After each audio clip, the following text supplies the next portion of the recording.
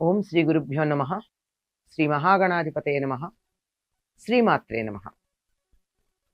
కర్కటే పూర్వ ఫల్గుణ్యాం తులసీ కాననోద్భవాం పాండ్యే విశ్వంభరాం గోదాం వందే శ్రీరంగనాయకీ. నీళాతుంగస్తనగిరితటీ సుప్తముద్బోధ్య కృష్ణం పారార్జ్యం స్వం శృతిశతశిరసిద్ధమధ్యాపయంతి స్వచ్ఛిష్టాయాం స్రజినిగళితం యా బలాత్కృత్య భుంక్తే గోదా తస్యై నమ ఇదమిదం భూయ ఏవాస్తు భూయః. శ్రీ భూనీల సమేత గోదా రంగనాథ స్వామినే నమః. ஊடாரை வெல்லும் சீர்கோவிந்தா உந்தன்னை பாடிப்பழை கொண்டு யாம் பெரு செம்மானம் நாடு புகழும் பரிசினால் நன்றாக சூடகமே தோள்வளையே தோடே செவிப்பூவே பாடகமே என்றனைய பல்கலனும் யாமணிவோம் ஆடையுடுப்போம் அதன் பின்னே பால் சோழு மூடனை பெய்து முழங்கௌ வழிவார கூடி இருந்து குளிர்ந்தேலோரெம்பாவாய். కూడారై వెల్లుం సీర్ గోవిందా. కూడని వారిని కూడా కూడగట్టుకునేటటువంటి చక్కని గుణ సంపదలు కలిగినటువంటి గోవిందుడ. కూడారై వెల్లుం సీర్ గోవింద. కూడనటువంటి వారు, కూడు అంటే పనికిరాను అని అర్థం కాదు. కూడని అంటే, కూడుట అంటే అందరూ కలుగుట. కొంతమందికి కలవడం ఇష్టం ఉండదు, సమీపించడం ఇష్టం ఉండదు, అనేక కారణాలు ఉంటాయి దానికి. వాళ్ళు చాలా గొప్పవాళ్ళమ్మా, భగవంతుడు ఎంతటి వాడు, ఆయన దగ్గరికి మనం వెళ్ళగలమా అని దూరంగా ఉండేవాళ్ళు. నేను ఇన్నిసార్లు పిలిచాను అయినా పలకలేదు అని కోపం తెచ్చుకునేవాళ్ళు గోపికల్లాగా. వీరు ప్రణయ కోపం, మిగిలిన వాళ్ళకి ప్రళయ కోపం. లేదా శత్రుత్వం, నాకు వారికి పడదు అని శత్రుత్వం ఉండి దగ్గరికి రాని వాళ్ళు. లేదంటే ఉదాసీనులు, ఉన్నాడు అదేమో ఉన్నాడు, అవసరమా అవసరం అనేవాళ్ళు. ఇలా 4 రకాలుగా భగవంతుడి దగ్గరికి రానటువంటి వాళ్ళు కొంతమంది ఉంటారు. భగవంతుడే కాదు, లోకంలో మనిషి దగ్గరికైనా మరొక చోటికైనా ఇట్లాంటి వాళ్ళందరినీ కూడా కూడగట్టగలిగినటువంటి వాడు. వాళ్ళని జయిస్తాడు. జయిస్తాడు అంటే చంపుతాడని కాదు. ఎవరైతే తన దగ్గరికి రానంటారో వాళ్ళని చక్కగా మానసికంగా మార్పు తీసుకొచ్చి వాళ్ళందరూ తనకు అనుకూలంగా ఉండేట్టు చేయగలిగినటువంటి సామర్థ్యం కలిగిన వాడు. ఆయన ఎవరు? గోవిందుడు, ముక్తిని ఇవ్వగలిగినటువంటి వాడు. అటువంటి గోవిందుడు ఏమంటున్నారు? ఓ గోవిందా, నిన్ను కీర్తించి వ్రత సాధనమైన పర అనే వాయిద్యాన్ని పొందయి. నిన్ను కీర్తించాలి అంటే మాకేం కావాలి? ముందర ఇక్కడ మామూలుగా పొగుడుతున్నాం, నువ్వు ఇవ్వయ్యా, నువ్వు ఇస్తావయ్యా, మంచివాడివయ్యా, నీకు దయాగుణం ఉంది, అడిగిన వారికి కాదనకుండా ఇస్తావు, ఇలా మాటలంటే కదా ఇస్తారు. కనుక నిన్ను కీర్తించేసి నీ దగ్గరించి మా వ్రతానికి కావలసిన సాధన ఉంది, పర అనేటటువంటి వాయిద్యం, దాన్ని మేము పొందుతాం. అలా పొంది దానివల్ల నిన్ను కీర్తించి పర అనే వాయిద్యాన్ని పొందినప్పుడు మాకు చాలా గొప్ప సన్మానం జరుగుతుంది. ఊరికే ఏమీ ఆశించకుండా ఎవరు ఏది చేయరు కదండి. ప్రయోజనం అనుద్దిశ్య నమందోపి వర్తతే. ఒక ప్రయోజనాన్ని ఆశించకుండా ఒక తెలివి తక్కువ వాడు కూడా ఏ పని చేయడు. ఏ పనన్నా చేశాడంటే దానివల్ల ఏదో కాస్తన్నా ప్రయోజనం మనసులో కోరుకుని ఉంటాడు. కనుక అట్లా పొందాలనుకుని గొప్ప సన్మానాన్ని లోకులందరూ కీర్తించేట్టుగా పొందాలనుకుంటున్నాం. మేము నిన్ను కీర్తించి పర అనే వాయిద్యాన్ని పొందినప్పుడు మాకు సన్మానం జరుగుతుంది. ఆ సన్మానం జరిగేటప్పుడు లోకమంతా మమ్మల్ని కీర్తిస్తూ ఉంటుంది.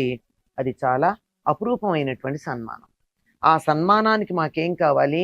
చేతులకి కంకణాలు కావాలి, గాజులు కావాలి. చేతి నిండా ఇప్పుడు లేవా, కొత్తవి కావాలి. పండగన్నా, వేడుకన్నా, సంబరం అన్నా, సన్మానం అన్నా ఉన్నవాటికన్నా అధికమైనటువంటివి ఏదైనా పొందితేనే కదా మాకు చేతులకు గాజులు కావాలి, రకరకాల ఆభరణాలు కావాలి, చేతులకి దండకడియాలు కావాలి, బాహువులకి ఇక్కడ పెట్టుకుంటారు, దండ అంటే ఇది కదా ఈ ప్రాంతం, కంకణాలు ఇక్కడ ధరిస్తారు, దండకడియాలు ఇక్కడ పెట్టుకుంటారు. తర్వాత కిందకి వేలాడేటటువంటి లోలకులు కావాలి, పైన పెట్టుకునేటటువంటి దుద్దులు కావాలి. ఒకటి దుద్దులు పెట్టుకు ఊరుకోం మేము, కమ్మ అంటారు, చెవి పువ్వు అంటారు, చెవి పువ్వు అక్కడ తమిళంలో. కనుక ఇక్కడ పైన పువ్వులాగా ఉండి కిందకి లోలకు వేలాడుతూ ఉంటుంది. కనుక మాకు కొత్త దుద్దులు కావాలి, కింద వేలాడేటటువంటి లోలకులు కావాలి, లేకపోతే బుట్టలు, రకరకాల పేర్లు ఏదైనా సరే ఇలా ఊగుతూ ఉండేటటువంటివి, కాలికి అందెలు మొదలైనటువంటివి కావాలి. ఇవన్నీ కొత్త ఆభరణాలు, ఇవన్నీ గల్లు గల్లుమని మోగుతూ చూడ్డానికి ఘనంగా కనపడుతూ ఉండేటటువంటివి, కొత్తవి కావాలి మాకు ఇవన్నీ. ఇవన్నీ ఆభరణాలు వేసుకుని పాత చీర కట్టుకుంటే ఏం బాగుంటుంది? నగలు పెట్టుకున్నప్పుడు ఏం కావాలి? ఆ నగల స్థాయికి తగినట్టుగా ఉండే విలువైనటువంటి వస్త్రాలు కూడా ఉండాలి. కనుక ఇవన్నీ ధరించినప్పుడు మంచి చీరలు కావాలి. అంటే ఒక వేడుక చేసుకుంటే, ఓ పెళ్ళో ఏదో జరుగుతూ ఉంటే ఎట్లా ఉంటాయో, ఉన్నంతలో ఎప్పుడో కొనిపెట్టిన పాత పట్టు చీర కట్టుకుంటారు మామూలుగా. కాదు, మేము ఇప్పుడు పాత కట్టుకోం, పాత నగలు పెట్టుకోం, మేము కొత్త మంచి విలువైన వస్త్రాలు ధరిస్తాం, అంతకన్నా విలువైనటువంటి నగలు ధరిస్తాం. ఆ నగలన్నీ కావాలి మా సన్మానానికి మాకు. మరి మా సన్మానం ఏమిటి? ఎవరు చేస్తారు? ఏ రాజైనా చేస్తాడా సన్మానం? కాదు. మాకు జరిగే సన్మానం ఏమిటి? నీతో కలిసి కూర్చుని చల్లగా హాయిగా తీయని పాయసం తినాలి, అది సన్మానం. కృష్ణుడితో కలిసి కూర్చుని తినాలి.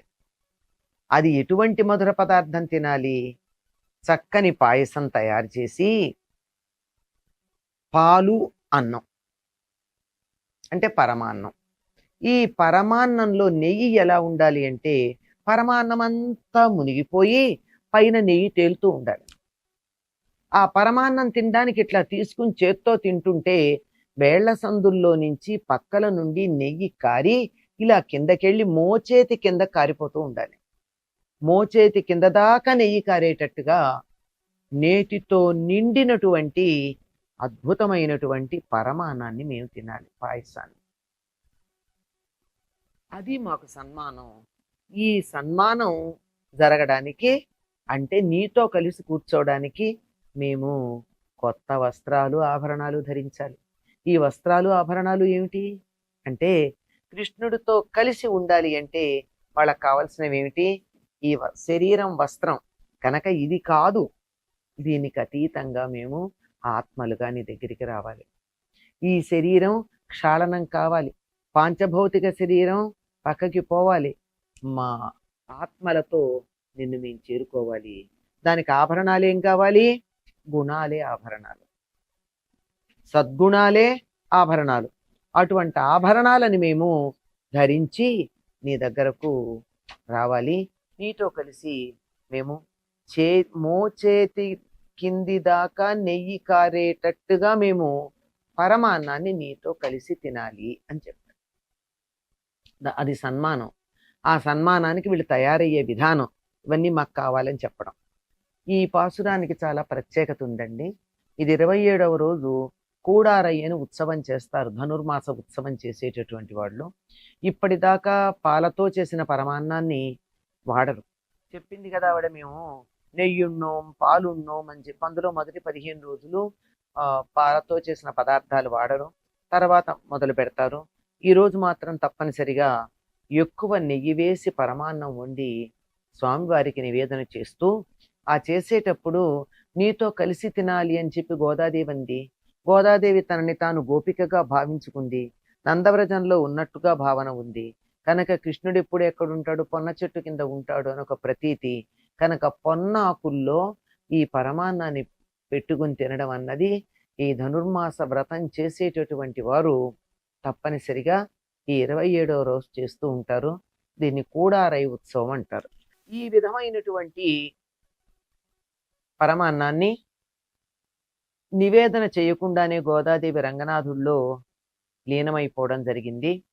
అందువల్ల గోదాదేవిని తన సోదరిగా భావించుకున్నటువంటి భగవద్ రామానుజులు చెల్లెలి కోరికని, అక్కగారు అనుకుందాం పెద్దది కదా, సోదరి యొక్క కోరికని తీర్చటానికి గంగాళాల కొద్దీ నే ఆవు నేతి ఆవు నెయ్యి తేలుతూ ఉండేటట్టుగా పరమాన్నం చేసి నివేదన చేసి గోదాదేవి కోరిక తీర్చారు అని చెప్పి ఒక ప్రతీతి. ఈ కూడారైకి అంతటి ప్రాశస్త్యం ఉందండి. ఆనాడు తినేటటువంటి పరమాన్నానికి అంతటి ప్రసిద్ధి ఉంది.